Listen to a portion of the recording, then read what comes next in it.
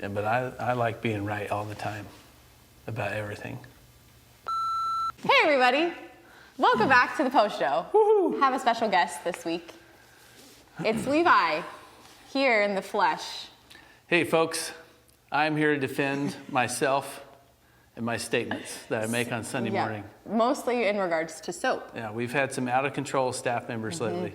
Spreading lies Nefarious. around the church. Yeah, see? And on You're social already media, admitting it. apparently. You're admitting it. I'm admitting your Nefarious. point of view. Okay, so Levi has since told me, after last week watching the Post Show, when I said that soap can get dirty, that he still believes and has proof, apparently. Do you have proof that soap cannot get dirty? Yeah, I've done extensive research. Okay, please detail said research for us. So. Short though, this is just a short thing. So, soap, the reason it's soap and the reason we use it as soap is because you can't get it dirty. But, okay, first when we need to... When you're bathing, we need to what? We need to define what you mean by dirty first. I think that's part of the clarification. What does dirty mean in your mind? Because I took it last week as like bacteria growing. If it has a harmful substance. Okay, so we agree about that.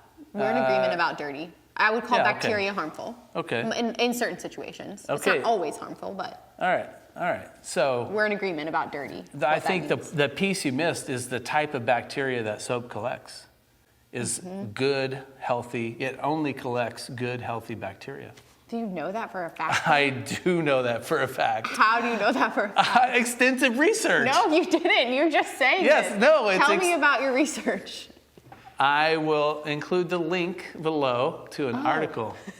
From what website? I will have to re-extensive my research. Okay. Yes. Okay, so apparently still, you're saying this is what happens. You agree that it can collect bacteria, but that it's good bacteria. It's good. It's part of our natural biome. I think I can agree with you on that. I was just saying that it can collect bacteria and assuming that bacteria equals dirty.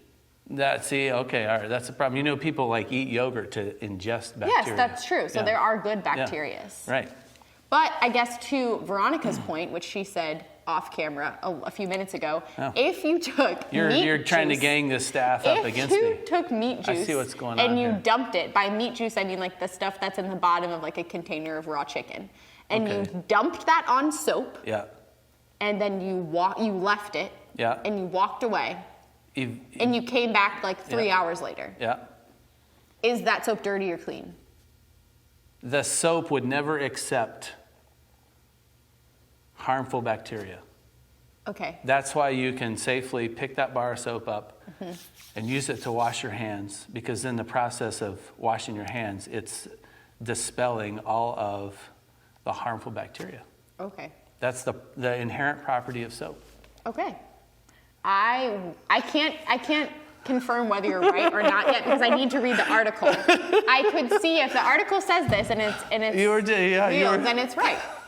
So I'll reserve my answer until next week. But what I really want to talk about for this week, talking about your sermon, because we could really just argue about soap for a while. One of the things you said, I wrote down 2 things from your sermon.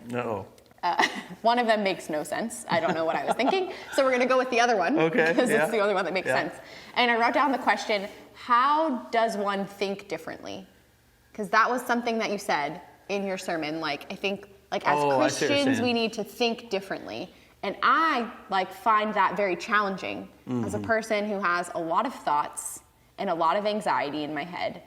What are some practical ways that you think that one can think differently?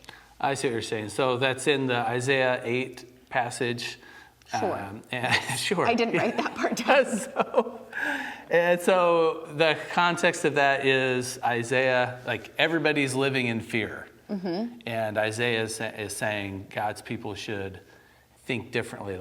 We should not live in fear of the things of this world. We should basically just fear only God, knowing that, being fully confident in God's ability to handle all of our lower level fears. And so I think it's just this, what would appear to the world to be an unreasonable trust that we are called to have in God, that God is going to solve this problem. God is going to deal with this issue in some beautiful, wonderful way. So what's a practical step to do that then, like in today's world? Because I think that sounds really great. In my mind, I'm like, yes, I want that. Let's do that. Let's live not in fear. Yeah, but it's really hard when we're in such a fear. Like our culture pushes fear. It's like we just want to instill fear by the news and by the media and in each other. Like that's the things we talk about are like the scary things. I got you. Okay, so one of the things that I do whenever I'm entering into fear is I play that situation out to its worst case scenario, which may not be great advice. This is just what I do. No, I think it's helpful. It's just like, okay, well, what if that actually happened? How bad would that be? What would the end result be? And, for me, usually it ends up, I would die and I'd go to heaven. So I guess even worst case scenario, I'm good to go.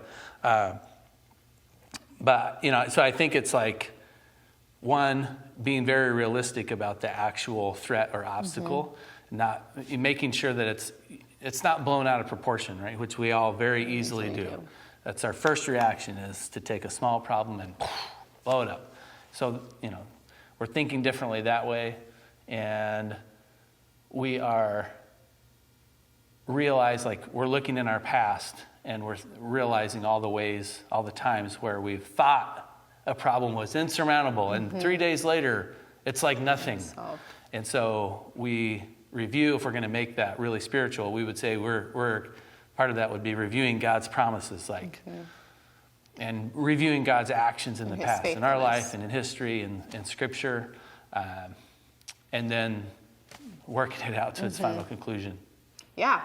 I think that's great. I think my answer would be kind of along that of like physically reviewing God's promises by reading the Scriptures.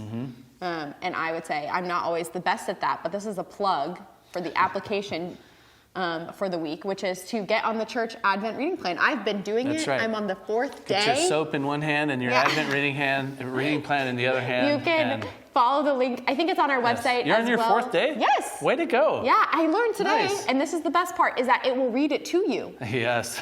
You can click play, and it'll just go through all of it. Yeah, but you don't admit it. You got to stay really spiritual and never admit that to other people. You read it like a scholar. Yeah, on your phone, on your iPhone, where all the news things are just coming in.